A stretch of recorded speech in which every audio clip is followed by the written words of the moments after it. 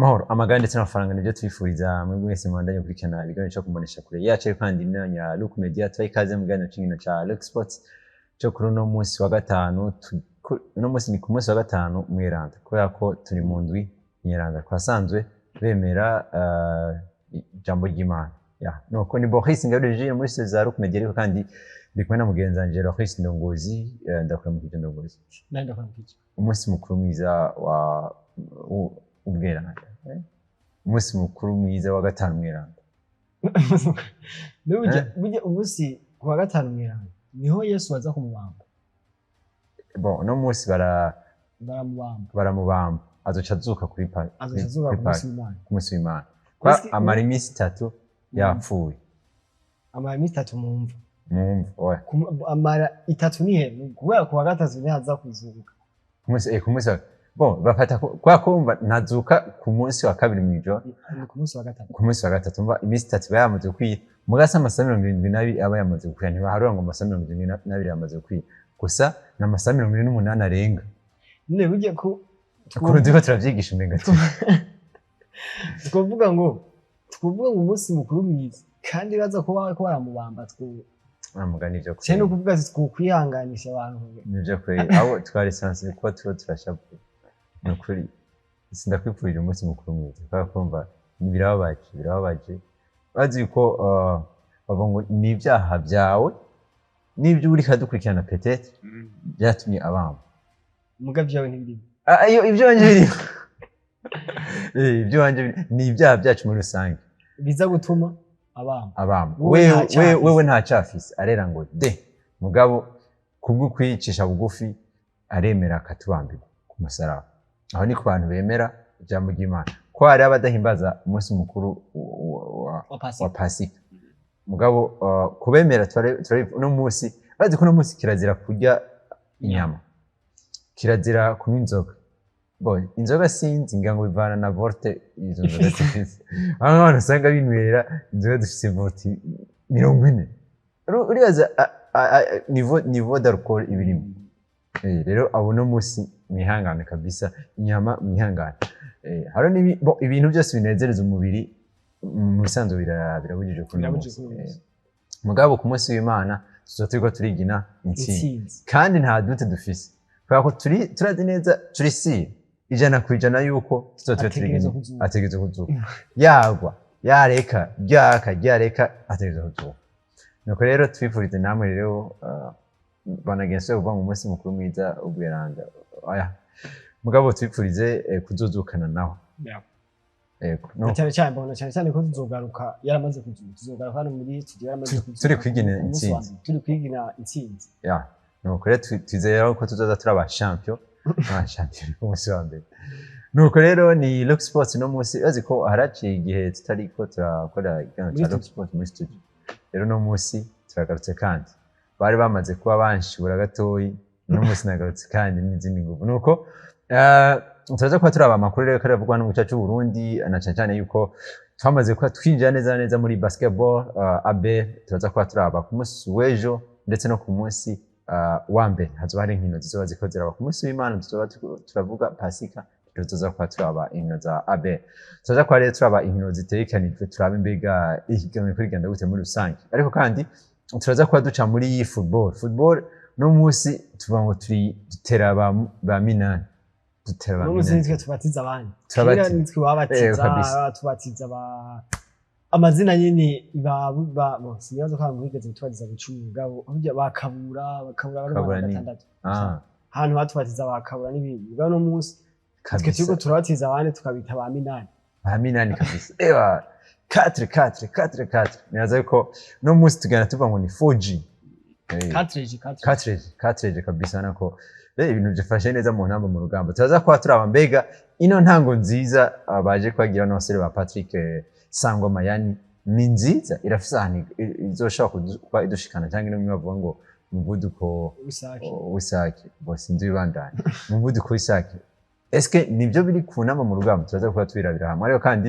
turaza kwa turaba n'utundi turavuga no mu gice cy'u Burundi imbere yuko twerekeza mu makungu tuza kuba turaba neza na neza FA Cup bageze muri kimwe cya kane gishira icanye cya quart de finale aho hari shock ikomeye cyane hagati y'umugwi wa Manchester City ndetse na Liverpool. Liverpool nta gikombe no munsi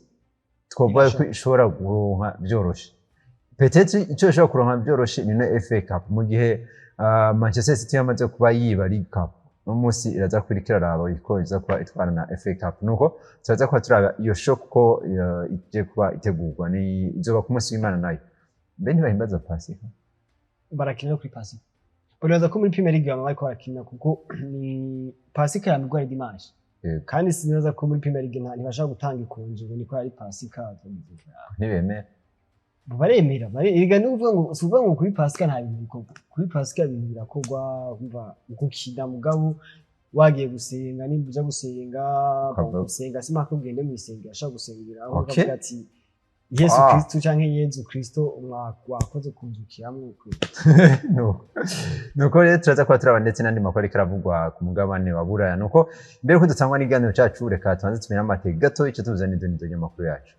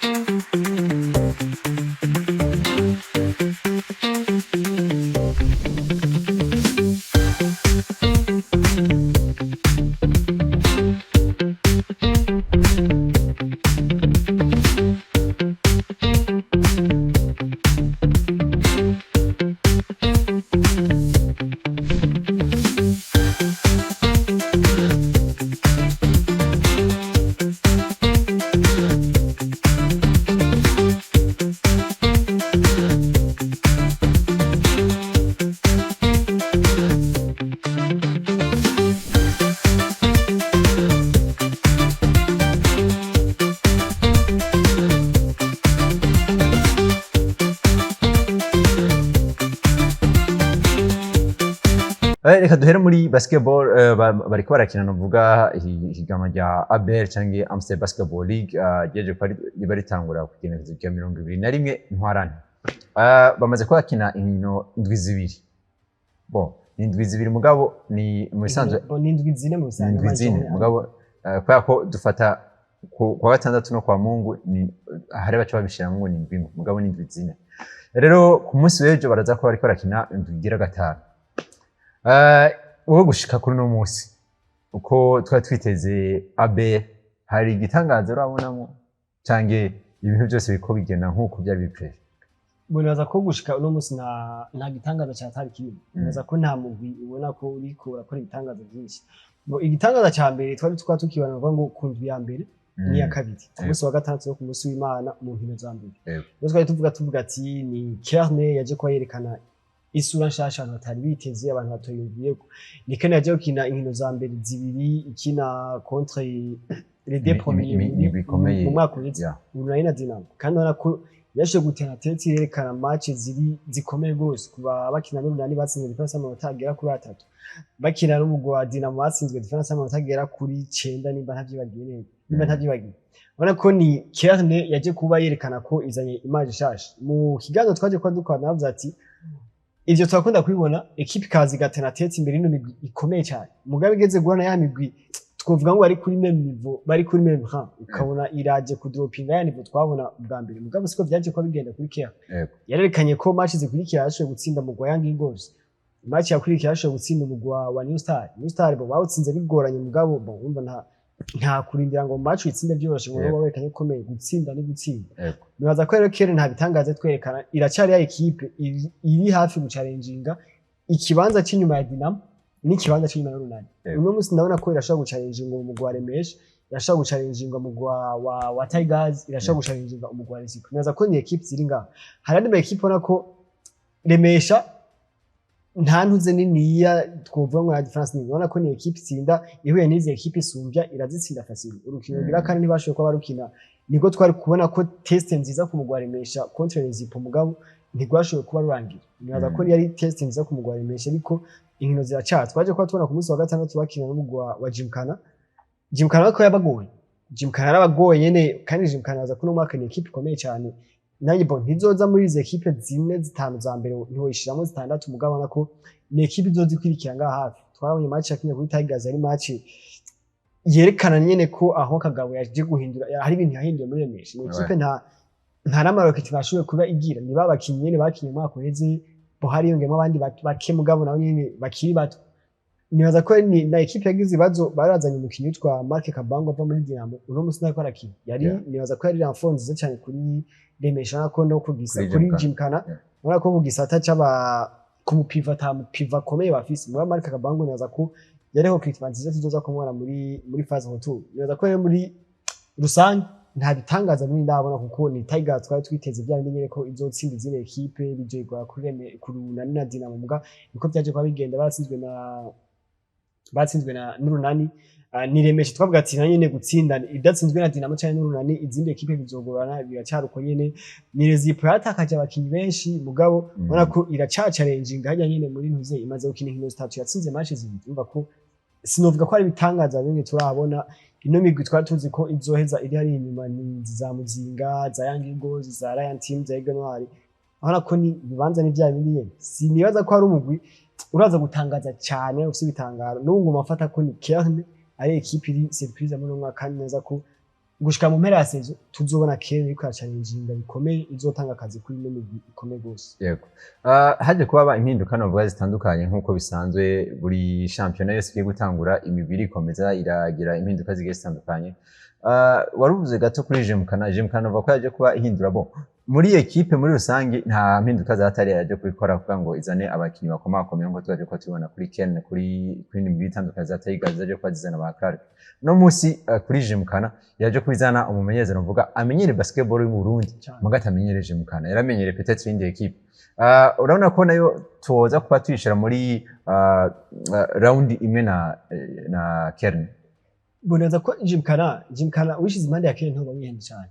ko Gymkhana tinge urabe izi match amaze gukina match ya mbere bakina New Star barayitsinze ni match no musi sinaza ko FF Babu ira tranche kuko ni New Star yagiye kurekama ko Gymkhana yakirishije abakinyi batari bari sanse gukina batari kuri list ya Gymkhana kandi naza ko ari byo kuko match zakurikiye abo bakinyi basuye kuja kuri list ya Gymkhana Marc Kabangu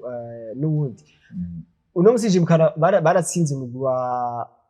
bamaze gutsindwa inkino zibiri bazisinzwe na izo nkino batsinzwe na Tigers batsinzwe no mu Remesha ni no migona ko iri kwiya challenging muri no bibanza by'inyuma ya Dinamo n'Urunani bo barasinzwe no mu wa Tigers barasinzwe no mu wa Remesha ni no miguri kwiya challenging bino bibanza by'inyuma ya Dinamo na Eganwari sinibaza ko ari shame irimo kuri side ya Gymkhana baje ko batsinda mu New Star kuri match ya mbere bo ni match naza ko bazoyi perda kuri ntuze baje ko batsinda mu Eganwari bo bamaze gukina match zine muri tele baratsinze match zibiri baratsinzwe izindi match zibiri nibaza ko ni equipe uravye match ama equipe yaje ko abatsinda nta shame irimo yari sanse ko bon yari sanse ko atsinda mugabo kameme nta shame irimo nta shame irimo nibaza ko ata direction ya Gymkhana za ku blaminga no aho Kagabo canke aho Kagabo za ku blaminga abajebo ategeza kwa blaminga nivyo kugira ngo abapuse barondere byinshi gusa mugabo nibaza ko nawe nyene nibaza ko nta regreta cyane mugabo izindi match zisikaje no usamaze gukina Remesha bakina Tigers nibaza ko Rezipo ntabwo bwinshi baza kubitera Gymkhana kuko Rezipo naza ko ni different cyane gose kugero ni na equipe yarafise amakwezi nibaza bo Urunani Dinamo oya sinibaza na nyene muri objectif afise ko harimo gutsinda Urunani Dinamo mugabo izindi equipe zose zisigaye Gymkhana iri amezire yo gutena tete imbere yazo kandi nibaza ko no muri phase rotu turavye Gymkhana igenda imeze no munsi ni yaje ku renforce igashiramo Marc Kabango igashiramo nani maraforo nka imwe canke zibiri nibaza ko mu Remesha Tigers kujya baje kwa batsinda bizo bigoye gose Gymkhana kuzana aho Kagabo deja ni deal nziza cyane dinza kwaza mu atsinera azi basketball mu Burundi muri rusange afise experience n'abasaba kinyi bakiri bato naza ko bagifise margin nini cyane yo guprogressa nibaza ko rero ni Gymkhana inyuma ya Kerne inyuma ya Kerne gatumga bo sinesha kuri mbere na Kerne mugabo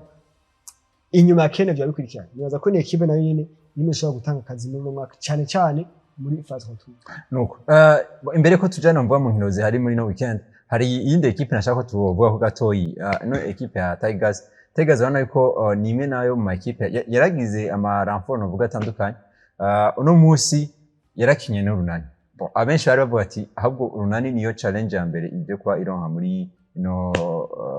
zino match za ABL mugabo byaje kwa birangira n'ubundi Urunani gwerekanye ko ari Urunani so Tigers nayo tuyihe image imeze gute muri no champion Tigers nira ko ifise ikibazo gikomeye mu mwaka ino tegeko rya FEBA byo ku ry'abatranje uno musi bategeza gushira abatranje babiri bonyene apana mu kibuga kuri Federman Nuva Tigers nayo ifise abatranje bane izo abatranje bane kandi bose bakomeye beza kandi bose bakenewe muri effective rero nuvuga ngo umucoach uno coach Armel yamari confronter kuri gufata decision hagati y'abakinyi babiri ashira kuri Federman n'abandi bakinyi babiri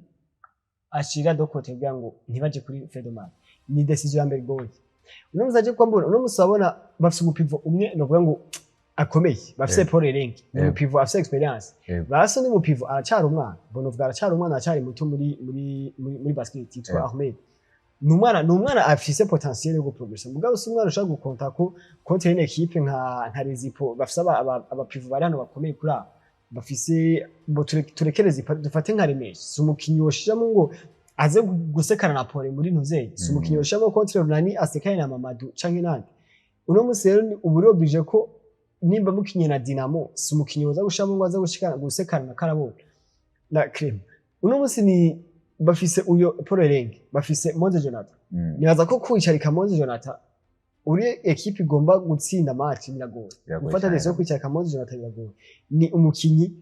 ashaka gutsindira 25 par match nk'imatch nka 3 zikurikirana numva ko uwonye n'umukinyi muri basketball hano wacu abakenewe gose cyane gose basundi mukinyi yitwa David Oro nibo yahora muri Tigers no makwezi n'umueri ari explosive cyane nibaza ko numwe mu bakinyi hano mu Burundi ku kintu kijana 1 contre 1 agoye kudefenda gose ubonye ucufata decision yo kumicanya bafise uwundi witwa Jampon Jampon ni umumenere man nibaza ko iyi style de basketball hano mu Burundi ibintu byo kwiruka ibintu byo guseka kwinjira gupenza mu bantu nibaza ko numwe mu bamenere beza cyane bakina basketball hano imyaka yakinye muri Remesha igihe yakinye muri Rezipo yaje kuba yidistinga nk'umwe mu bamenere akomeye mugabo usi ntari ntibikupa wowe ntari na inscrit kuri list ya Tigers muri faza mugabo ico kintu ni ingware zikomeye ku mugwi wa Tigers bafite étranger badashobora kwinscriva kuri list umva iyi ni imwe mega birababloka ukuntu hari match uyu abakeneye nka match bakeneye mu Gurunani match bakeneye n'Urunani ubona ko barasa umumenere mwiza Tigers Clark ni umwe mu bamenyera akomeye dufise hano mu Burundi mugana ashaka gukina match yose ari wenyene umudubrire we bafise ni umupeti kweri azi basket Danek canke bon abantu benshi bamwita general ni umupeti azi basket kandi cyane afise potentiel ni mugara cyari umwana si umukinyi hamwe Clark yobabara yakinye match ku match none yakinye match nziza cyane Clark yaramaze umwanya atari muri tele general yakinye match nziza n'umupeti kugira umwaka umupira biragoye cyangwa ugira mugabo haro match ndashaka kudesida haro experience Jean Paul afise adafise general haro experience David Ororo afise abandi bayiriye dufise ngaha mu Burundi badafise barasakinye bakwiye muri Ball Hunters beza mugabo nta numwe aza gushikira David Ororo nibaza ko Tigers yo ivuga ko ni equipe imwe mu bintu bizoyigora muri no phase managing abantu ino decision ya FEBA yo kuri mitare tranche nibaza ko Tigers iri victime ku rugero rwo hejuru kubera coach ari confront yo kuresa abakinyi babiri kuri bench no gukinshaka inyabi rero kuzura abaturuna deja nibaza ko bitazokora Tigers cyane nuko kuri ino weekend rero naho azoba ariko araba inkino ariko nko twaje kwa turabwira ku munsi wa gatandatu zizoba ku munsi w'ejo mu Santos ariko ku munsi w'Imana kubera bihuriranye na Pasika ni izo nkino zizoza kwaziba mu bisanzwe nta ku munsi wa gatandatu nta nkino zatari novuga amashock akomakomeye asanzwe ahari atekanije kuri uyo munsi umugwa New Stars uzokina n'umugwa Tigers jimukanikine n'umugwa Dinamo peut-être yenyine unavuga ko ni match komeye cyane Muzinga ikine na Rezipo Young Eagle ikine na Remesha Lion Team ikine n'Urunani ku munsi wa gatandatu nyene Aigle Noir uzokina n'umugwa Kern ariko ku munsi wa mbere Remesha izokina n'umugwa New Star Rezipo ikine n'umugwa Jimkana naka match gakomeye Dinamo ikina n'umugwa Tigers turavye kuri ino affiche novuga ko Jimkana Dinamo kandi ku munsi wa mbere kiza ihora n'umugwa Tigers novuga ko ni equipe novuga ko muri no ku munsi wa gatanu ndetse no ku munsi wa gatandatu ziba zikodera izobikirahura n'imigino novuga ko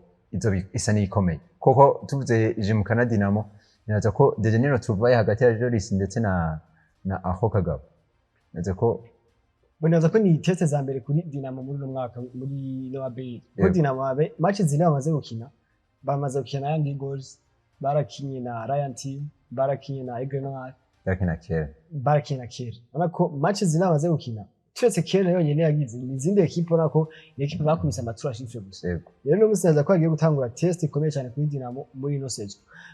match ya Gymkhana ntizoba yoroshe na gato ntizoba yoroshe na buke kuko ni Gymkhana ivuze iri amezira yo kushobora gutana tete imbere ya Dinamo yiravye nyine meze sinovuga ngo yotsinda Dinamo mugabo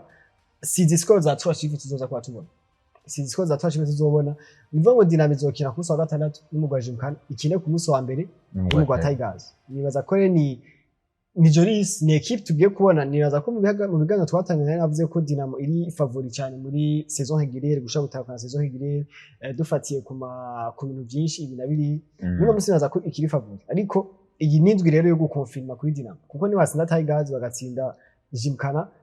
tukarabana match baje ko tukarana match bakinye mbega Tigers bayitsinze gute Gymkhana bayitsinze gute washaka kuvuga ati Dinamo iraje gukonfirma son statut de favori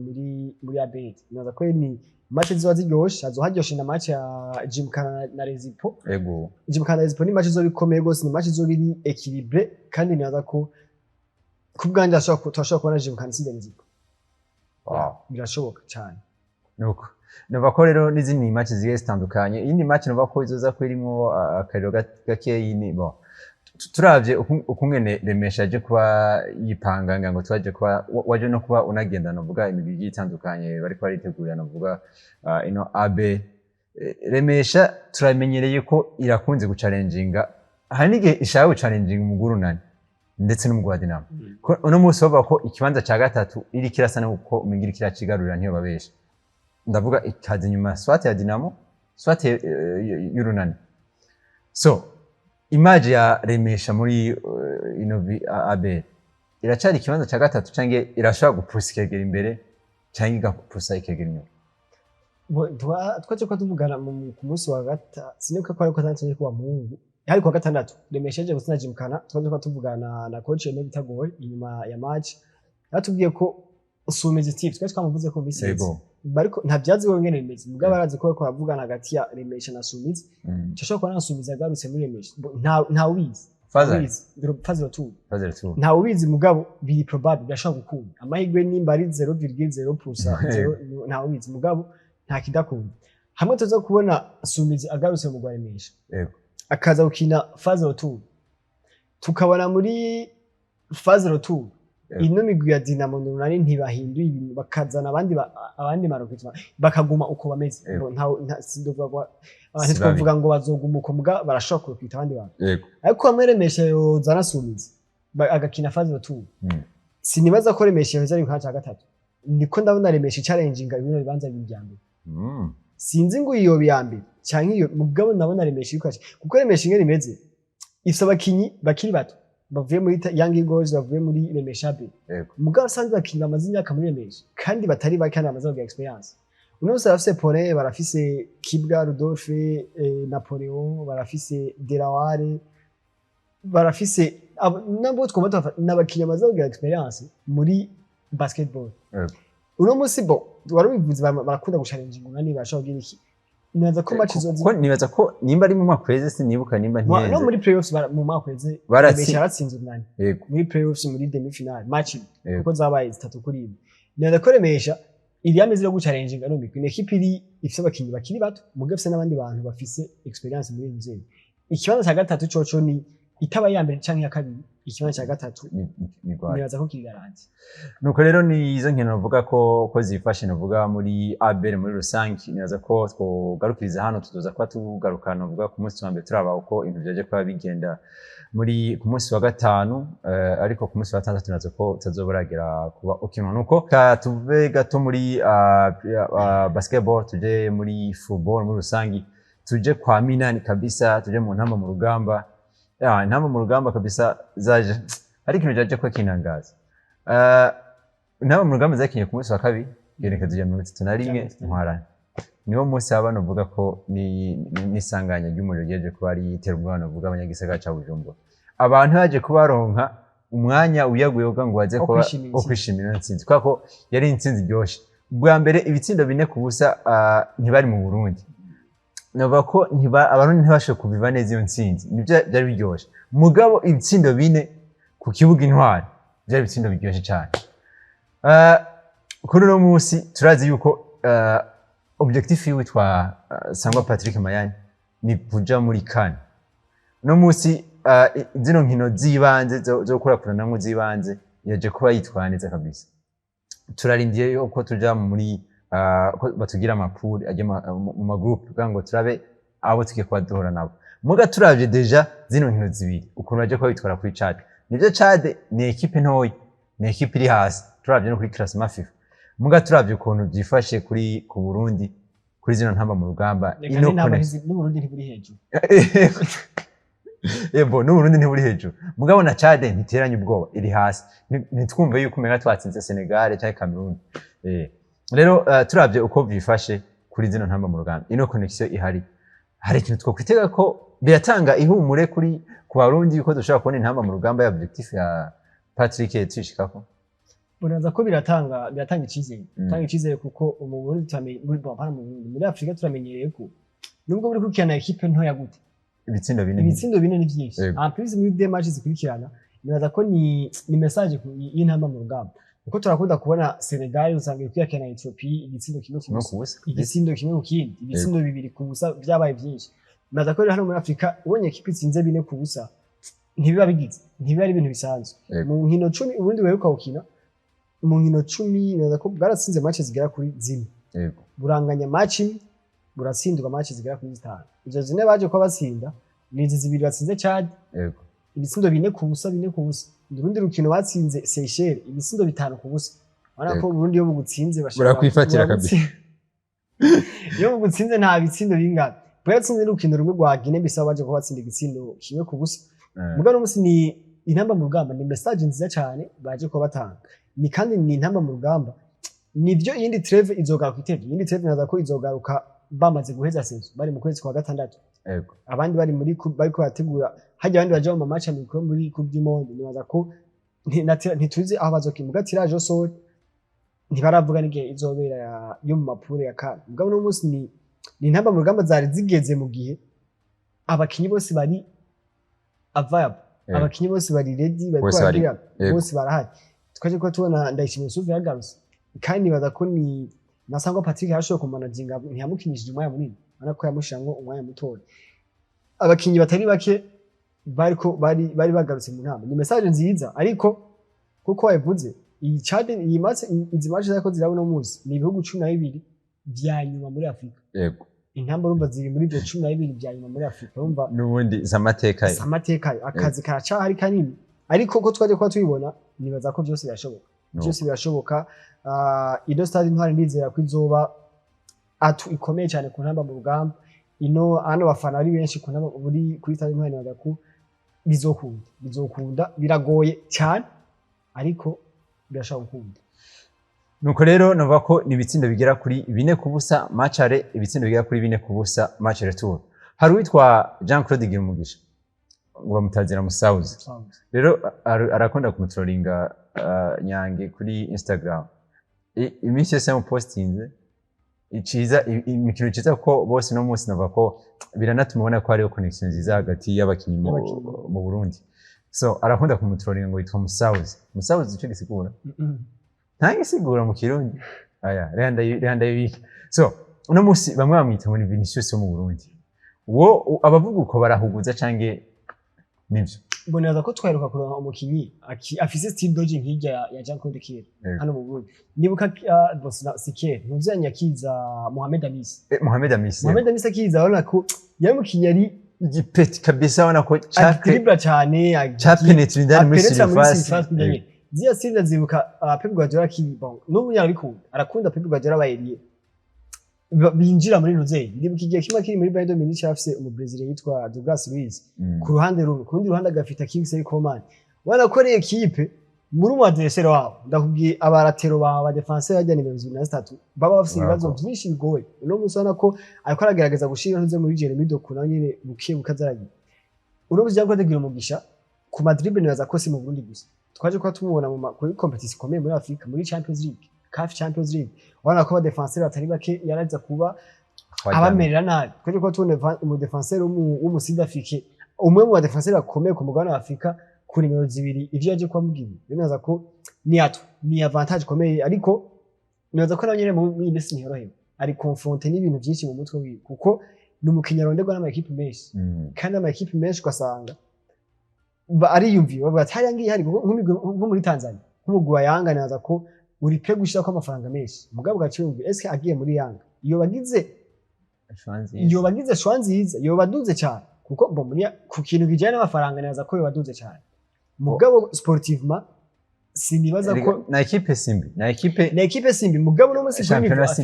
championnat simbi mugabo kuri niva fisi nibaza ko si Jean Claude Girumugisha yova muri Al Hilal agasya muri Yanga cyese ndabona ko sportivement yo bari shwanziza yo bari panziza agize muri kariyeri ye aracari muto aracafise imyaka yo gukina nimba no munsi muri projet Al Hilal ari projet nziza kubwanyo mbona ko yoba yararindiye nabaza ko no munsi nikirere kimeze neza muri iyo equipe ni equipe yiwe idasiba muri CAF Champions League no munsi mu Rwanda muri Rwanda Premier League ni ya mbere numva ko no mwaka uzaza bariyo rero nibaza ko yorindi ko muri Champions League bagenda bagashika kuko barashika quart de finale barashika nibaza ko amahigo yiwe tuzoyabona imbere ukabona nibuka Nyange nyine yigeze ko abivuga avuga ati yaba Jean Claude Girumugisha yagize amahigo nkaho je nagize no muri ntabakina no muri Nice abakina muri equipe irengiye ugese Nice nko muri Arsenal arafise tara itebwo nibaza ko rero kariyeri yiwe aracari muto muri myaka 3-4 iri imbere turashobora kubona ashobora kumanaginga neza nimba entourage y'ubufashe kumanaginga kubera akiyo mu by'amafaranga yanshikije cyane cyiza akasi Yanga nadazi twarabonye amahera Yanga igura bakinyi amahera yemba bakinyi bazizi kitwaje ko tubona bamudaniza $600 numva ko amafaranga ateye ubwo rero nibaza ko ni eremi komeye muri equipe nationale mugabo bikenewe ko aba entourage yewe imuba hafi kugira ngo hariho etape atakwiye gusubira inyuma atakwiye kuja muri Tanzania atakwiye kuja mugabo turavye collectivement turavye ko intama zikino no munsi tukaza turi abantu nuko kuntu tuza turabona umwe mu bakinyi kanaka ariko aritwara neza nibyo witwa Sangwa Patrick Mayani yofatira kuri jeu collectif cyangwa yofatira kuno munsi ndafise Vinicius Junior ndafise Jean Claude Girumugisha ndafise Musawe reka numakire kuri uyu kugira ngo ndabe yuko azoza kwanshikana kuri ino objectif yanje baya twese objectif cyangwa devoir nibaza kwanshikana kuri no devoir yanje cyangwa reka twubake muri rusangi abakinyi bose muri rusangi kugira ngo ndabe kunza kwanshika kuri bonaza ko hajya muri equipe icambere nibaza ko football ni jeu collectif si tennis si golf ukina uri wenyine ibintu byose ubyivura uri wenyine ni jeu collectif marina ko no munsi arafise equipe nziza mugabo mu ma equipe yose kwisi yose hari ama individuality ategeza gukonta muri equipe ashaka gufasha kugira ngo iyo objectif yishobore gushika amasenya kavoma no musi ni Jean Claude Girumugisha bavuga turamufise n'ibyo kandi turafise na Yusufu Nyange naza ko individuellement ni element ikomeye muri equipe yari yose no musi afise undi mukinnyi nawe nakomeye cyane witwa Jordi Riongora ni haba muri equipe nationale ari haba muri club yiwe ari demarka naho nyene numva nibaza ko hari ama individuality amwe akenewe ahantu tudafise cyane nibaza ko muri defense acariho akanwa kabane twaje kwa twankesa kuri Chade mugabo ntibigize muganaza ko muri defense turacakeneye stability nini cyane muri defense amwe kuko defense ubona ko niyigufasha atakira gufasha gutsinda match defense agufasha ubwo rero tuba twite ushatse kuvuga yuko tutwara ikombe cyacu kugitwara ni gushika muri kandi tuze twayikombe nico gikombe cyambere hari akanoje ko mbona ejo abantu bakurikirana rukumedia muze kujya kuba kuri Facebook hari inkuru yaje kubikorwa ejo na mugenzi wacu Negrite ivuga ku bintu by'urukundo yarisije ivuga ngo umuhungu n'umukobwa bakundanye umuhungu n'umukobwa bakundanye bogira imibonano mpuzabitsina imbere yuko bagira mariage uwo n'umuhindo mwita umuhinga nibaza ko abantu benshi bamuzi witwa Desire Damour aje kwasigura ngo wowe iyo uri kurakina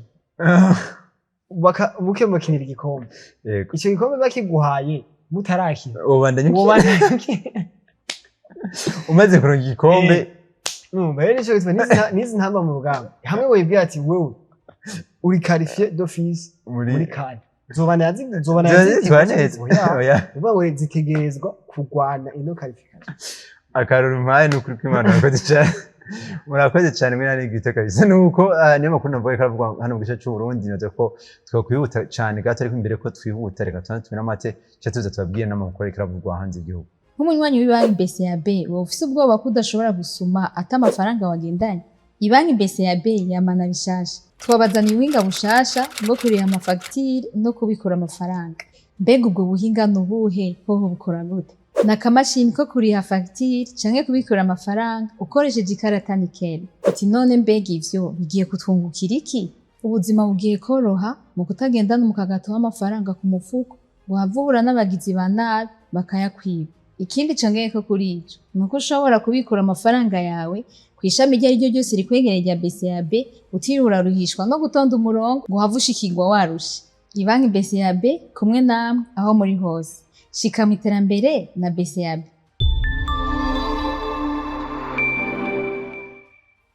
Mu gihugu cy'Ubwongereza hari FA Cup navuga ko umugwa Liverpool uno munsi ugiye ko kina n'umugwa Manchester City. Liverpool uno munsi navuga ko ibintu ntibyifashe neza ntitweshamo muzotwara igikombe cya Premier League. Oya turababesha. Muzotwara Champions League oya. Turababesha. Muzotwara League Cup turababesha. Ko bon ntibishobotse. Muzotwara FA Cup yego peut-être turashaka kwishiramo. Mugabo ifise amahirwe he. Ahantu challenge ikomeye cyane ni kuza kurengana no equipe ya Jose Pep Guardiola. Etihad Stadium. Eske birashoboka? Nibaza ko biragoye. Biragoye ko birashoboka. Ariko birashoboka. Ko Liverpool gutsinda Manchester City kuri Etihad Stadium. Biragoye. Nibaza ko kandi ni Manchester City maze gutsinda Liverpool defa muri Rosage. Yego. Sinibaza ko igihe Marseille ko gutsinda Liverpool tuafa muri même saison sinzi iyo mwaka wari. Ubwo rero shatse kuvuga dufatiye kuri ibyo nyine turashika kure. Liverpool yaduza gukora revanche kuri Manchester City. Iyo niyo nyene ko ndari. Yashaka kuza gukora revanche. Mugabo kandi twibuke ko irashobora muga ntitegerezwa. Oya ntibitegerezwa. Kuko umuntu ashaka gukubitana ejo gukubitana naho igihe cyaho gukubita. Ibyo ni ibintu bisanzwe kandi bishoboka. Urazi inshuro Manchester City yatsinze Arsenal. Nyinshi. Uno muse nibaza ko Liverpool kugira revanche birakunda. Mugabo amahirwe ni make. Bazoba bari Etihad Stadium. Etihad Stadium nibaza ko match bakiye muri saison muri championnat batsinze ibitsinde bigera kuri 3 ku busa. Yego. Umva ko ni teriaje kubagora. Uno musi Man City nibaza ko iri muri shape nziza cyane. Imbere yo gutwara League Cup batsinda Arsenal. Uno musi ni barabona ko ibintu vya Premier League nabo nyene bo ntibabivuga mugabo nabo nyene muri bo ndazi ko bavuga ati biragoye cyane. Umva rero bati reka duve dutwara no double tugire FA Cup tugire League Cup bigere. Ni Man City fise ije iri muri mood nziza. Igiye muri mood nziza gushobora kuvuga ati reka Liverpool izozo wacu turafise League Cup nimba twaratsinze Arsenal ni yahindiye equipe hano muri Premier League yoshobora gutsinda. Uno musi ni Liverpool nyene hari ko havugwa marinere menshi bari kuri press yo witwa uno mukoci wabo ashobora kwirukanwa mu mpera ya season. Ariko havugwa Xabi Alonso ashobora kuza ku managinga Liverpool mu mwaka uza. Umva ivyo byose ni pressure iri kuri we. Avuga ati basi uya twaye igikombe uragenda. Urumva ko ni match no vuga ngo izobirimo amanje menshi. Kandi FA Cup ni imwe igikombe gikomeye cyane mu Bwongereza. Gikomeye cyane mu Bwongereza. Ni ugitwaye ubufisa amahirwe yo gukina mu mwaka uza Europa League. Urazi ko utwaye League Cup uri qualifié direct muri Europa League. Mugabo abagitwaye yari Arsenal abariko arakinira icyo gikombe. Nabibonye kuri final. Yari Arsenal na Manchester City. Kandi trust me zo nizakina Europa League. Mbare ni Liverpool izofise pression nini cyane kurusha Man City ariko Man City izofise avantage no ngo avantage yatere kandi avantage nuko match hanyuma baheruka gukina ni match batwaye igikombe. Ubwo sikibazo mfise naho nyene nshagaruka kuri match ya Arsenal Manchester City twavuga duti buriya Manchester City irazi yuko nta handi hantu ifise izigi igikombe kubera yuko yari hejeje nimba ntiyenze gusezererwa muri Champions League. Muri Premier League yari herutse gutsindwa nimba itarerutse kunganya ibyaciye bituma ikorora amanota yari kwegereza mu Arsenal. Turavuga tuti izocubura kandi na FA Cup n'umugwa Liverpool. Numva ko ahantu hari samahirwe ahari aho nyene. Uno munsi iyo ubwo twaba tuvuga Manchester City reka tuvuge kuri Liverpool nayo irabona kuno munsi mu gihe twene FA Cup irashobora gukora saison yera kabisa eske niyozana ku kantu mu mutwe tukasanga bwa bukare yari ifise iyo match ya City yari ikomeye cyane urabona ko ni Manchester City ya domina cyane kabisa Arsenal uno munsi iyo domination twaje kwa tubona kuri Manchester City nitwoshobora kuyirambesha tukayishira kuri Liverpool cyane baza ko nico nayo rashibagiye cyuko Liverpool ishobora kugira izo ifise iyo pressure yo kutagira saison blanche baza ko naco nyene kizoza kwa gikonta cyane ico kizoba kirimo hazo harimo ikintu bivuga ati ntitwotsindwa tuwa na meme equipe muri saison imwe ico kizoba kirimo naco nyene kizoba kirimo kandi avuga ati Arne Slot peut-être avuga ati reka sauver saison yanje peut-être n'espere ko umwaka uza nzoba nkiri kuri bande touche ya Liverpool ni Liverpool naza ko hari abakinnyi bazo bariko bakina inkino zabo za Mohamed Salah avuga ati reka dashoboye kumonora avec FA Cup agera twaye FA Cup umwaka w'anyuma naza ko ni izo pression Liverpool zo ifise ama pression menshi ashoboka mugabo Man City nazo ifise confiance yuko urukino rwayo baheruka yari finale batwaye ikombe ubwo rukino ruzokuba rukinira Etihad Stadium ni Man City vuga ati Premier League iragoye reka tubanze twibike ko ino FA Cup turabe ingene ibindi bizobandana naza ko ni match izorimwe manje menshi ico nzi coco si bimwe tuzobona ngo ni FA Cup ngo Pep Guardiola yazanye abakinyi batoye ni bariko bakinisha Arne Slot yazanye abandi ni bariko bakinisha ni ziya equipe nyene zikina muri Premier League izo tuzokuba tubona ikivuga ko rizo ari urukino rukomeye gose wowe hagati ya City Liverpool niyo amahirwe unaza ko Man City ifite amahirwe menshi kwa Liverpool birase nk'amahirwe nka 70%. Nuko hano niho duce tugarukizana vuga iganiro cyacu tubipfurize kumererwa neza mu banyu no mu byanyu ariko kandi ndagushimira ko isina ngose dushimire n'abariko baradukurikirana bose muri rusangi tubipfurize kugira umunsi mweranda mwiza ariko kandi tubipfurize no kuzogira uhimbaza neza umunsi wa Pasika tuzogaruka hano ku munsi wa mbere amagara amahoro ndetse n'amafaranga nibyo tubipfuriza murakoze cyane.